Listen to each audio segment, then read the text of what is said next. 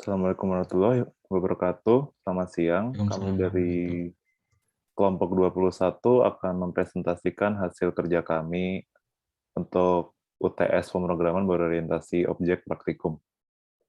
Untuk anggota kami ada Muhammad Ramadhani Ferdiansyah dengan NIM belakang 088 dan saya sendiri Raden Kurnia Dharma Parayana dengan NIM belakang 041. Di UTS kali ini kami memilih untuk mengerjakan soal nomor 1 dan 3. Yaitu untuk soal nomor 1, kita diberikan studi kasus hitung gaji di sebuah universitas. Ya, terdapat 2 golongan pegawai di universitas, yaitu dosen dan staf biasa. Semua pegawai mendapatkan gaji awal yang sama, yaitu Rp1.500.000.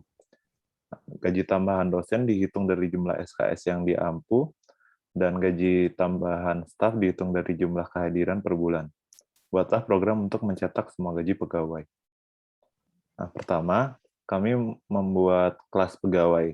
Kita menggunakan modifier private yang hanya bisa diakses oleh kelas pegawai, dan menggunakan tipe data string untuk NIP, nama, dan alamat.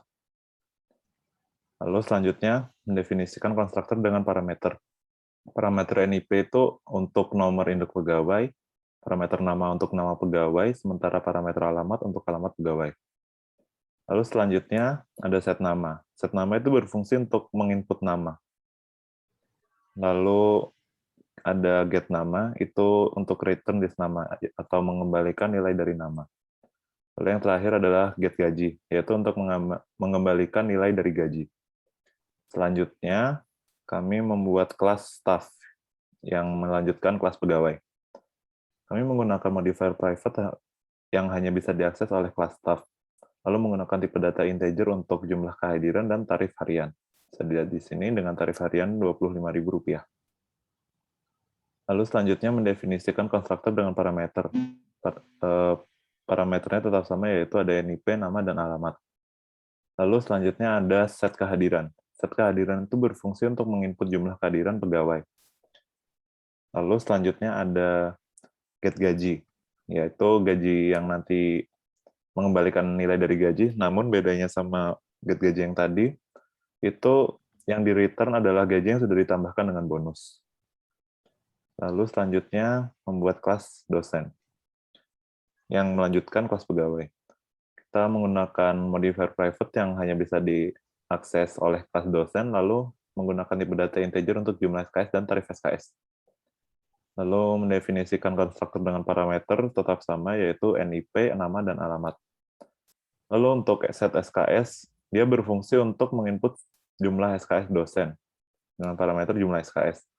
Lalu selanjutnya adalah get gaji, yaitu untuk mengembalikan nilai dari gaji, namun di sini gaji yang ditampilkan adalah gaji yang sudah ditampilkan dengan bonus.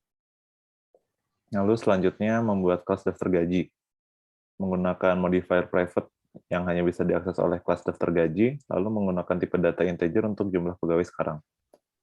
Lalu untuk daftar gaji itu untuk mencatat list pegawai yang ada dengan parameter jumlah pegawai.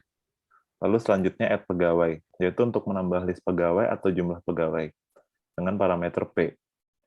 Lalu yang terakhir adalah print semua gaji, yaitu untuk mencetak gaji pegawai. Lalu kami membuat main class dari proyek tersebut. Kita menginputkan ada staff, ada dosen yang kedua, lalu ada pegawai biasa dan pegawai biasa kedua. Lalu di bawah sini untuk daftar gaji. Di sini terdapat 5 orang, dan oleh dari itu ada 5 angka ini ya. Lalu untuk pegawai ada S1, yaitu staf 1, dosen 1, dosen 2, pegawai 1, pegawai 2. Nah, di sini dapat dilihat staf 1 ada Ferdi dengan set kehadiran 20 hari, lalu dosen Andi dengan SKS 12 SKS, lalu ada dosen Dani dengan SKS 15, lalu ada pegawai Kadek dan Adi. Jika kita coba run program tersebut, dapat dilihat di sini Ferdi sebagai staf menerima gaji 1.500.000 dengan bonusnya, yaitu 25.000 dikalikan dengan 20 hari presensi, lalu ada Andi, yaitu dosen dengan gaji 2.700.000 dengan 12 SKS, lalu Dani menerima gaji 300 dengan SKS 15, lalu ada Kadek dan Adi sebagai pegawai biasa dengan gaji 1.500.000. Untuk selanjutnya dapat dilanjutkan oleh teman saya. Ya, Petrarian, ya soal yang ketiga. Di sini untuk soal yang ketiga yaitu kita disuruh membuat kelas metrik dengan array 2 dimensi dengan fungsi-fungsi yang berfungsi untuk yang pertama yaitu memberi nilai awal terhadap variabel global, terus yang kedua memasukkan nilai-nilai matriks, yang ketiga mengambil nilai banyaknya baris, yang keempat mengambil nilai banyaknya kolom, yang kelima mengambil satu elemen matriks baris ke-i dan kolom ke-j. Terus yang keenam mengubah nilai elemen matriks baris ke-i dan kolom ke-j dengan nilai yang baru. Terus untuk yang selanjutnya yaitu menampilkan nilai-nilai matriks, terus dibuat function tersendiri dan gunanya yaitu untuk penelusuran kesalahan. Nah, untuk selanjutnya ada penjumlahan antara dua matriks menggunakan argumen dengan dua parameter. Keduanya berupa matriks, return dua matriks yaitu matriks M1 dan matriks M2. Selanjutnya yaitu ada pengurangan antara dua matriks menggunakan argumen dengan dua parameter. Keduanya berupa matriks dan return-nya juga berupa matriks. Nah, selanjutnya ke netspin. Nah, yang pertama di sini kita akan membuat kelas metrik dengan menggunakan diver protected agar bisa diakses untuk kelasnya sendiri. Nah, di sini kita menggunakan tipe data integer untuk jumlah panjang baris yang kita gunakan yaitu ada 3 dan jumlah panjang kolom juga ada 3.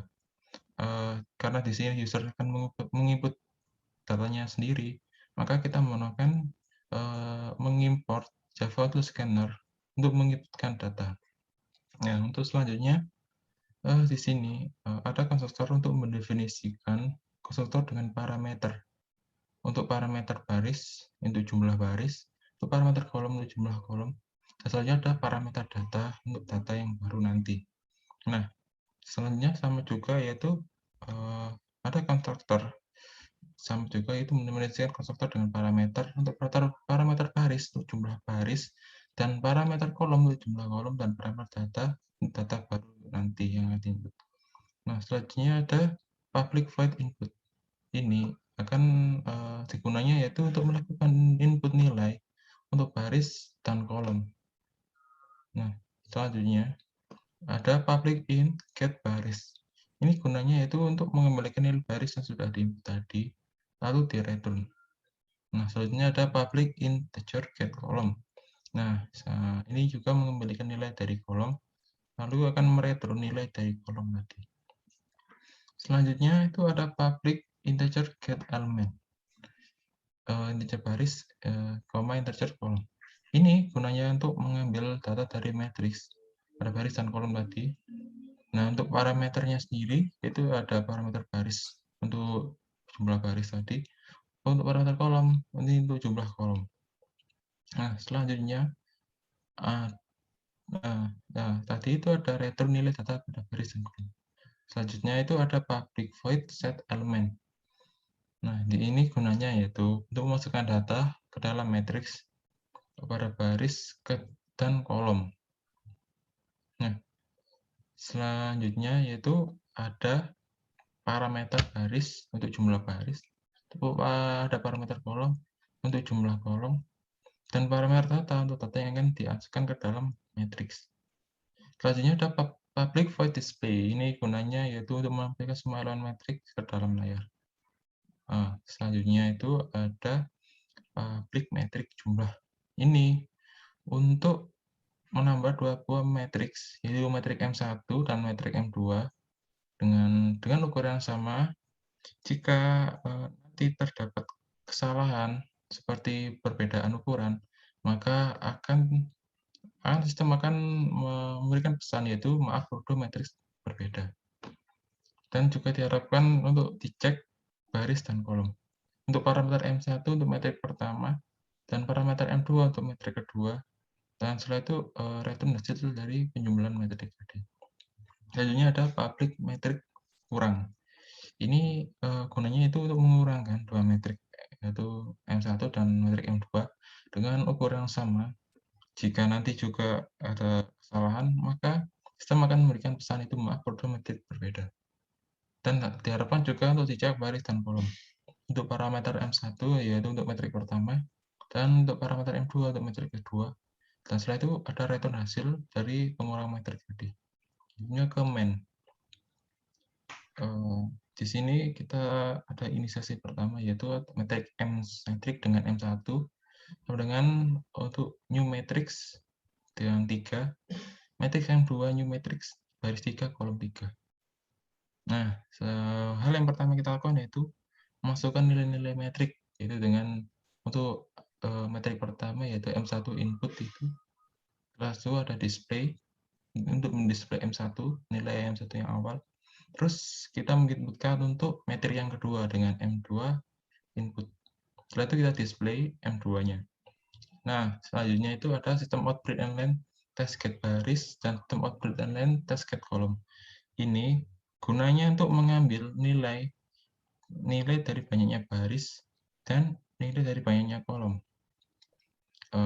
Ya, selanjutnya itu ada sistem outprint and line tes ambil M1 data. Ini kita mengambil satu elemen metrik dari baris ke I dan kolom ke J untuk metrik yang pertama.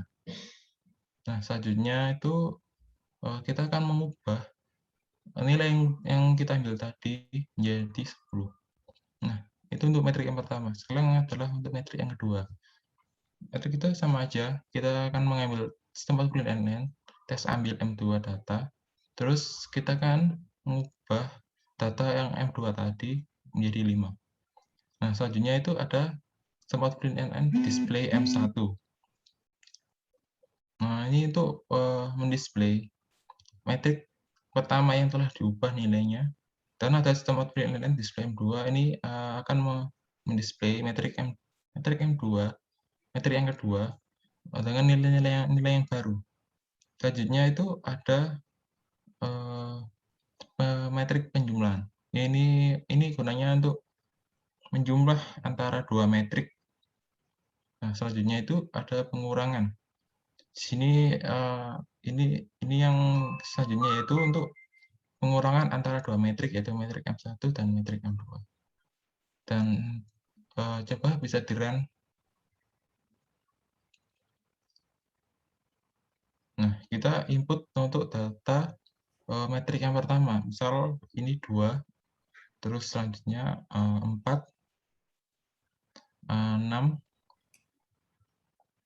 ada 8,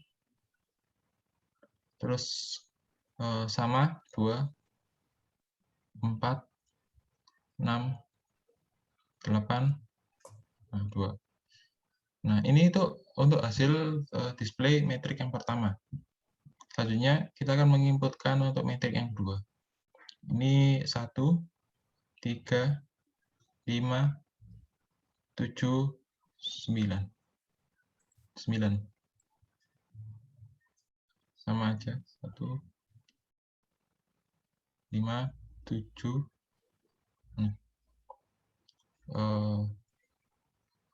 Bisa dilihat itu adalah display untuk metrik yang kedua. Nah, bawahnya itu ada tes get baris. Itu mengambil nilai dari banyak baris. Banyak baris itu ada 3, dan kolomnya juga ada 3 juga. Nah, selanjutnya itu ada tes ambil untuk nilai dari metrik yang pertama. Dari baris pertama, kolom ketiga, yaitu ada nilai 6. Ini akan kita ubah menjadi 10. Yang bisa kita lihat itu ada tes ubah M1 data dengan 10 dan menjadi nilai 10. Nah, itu udah ada nilainya itu. Selanjutnya kita akan mengambil nilai dari metrik yang kedua, yaitu 9, dari baris kedua dan kolom ketiga, yaitu nilai 9. Dan kita akan ubah menjadi 5. Bisa kita lihat itu hasilnya menjadi 5. Selanjutnya itu ada penjumlahan. Nah, ini itu hasil penjumlahan tadi. Ini ada displaynya. Selanjutnya itu ada pengurangan. Nah, ini itu hasil pengurangan tadi.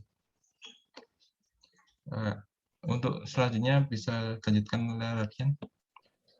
Baik, karena sudah dipresentasikan untuk nomor 1 dan nomor 3, maka dengan ini akan saya akhiri presentasi dari kelompok kami, kelompok 21. Sekian, terima kasih. Assalamualaikum warahmatullahi wabarakatuh. Waalaikumsalam warahmatullahi wabarakatuh.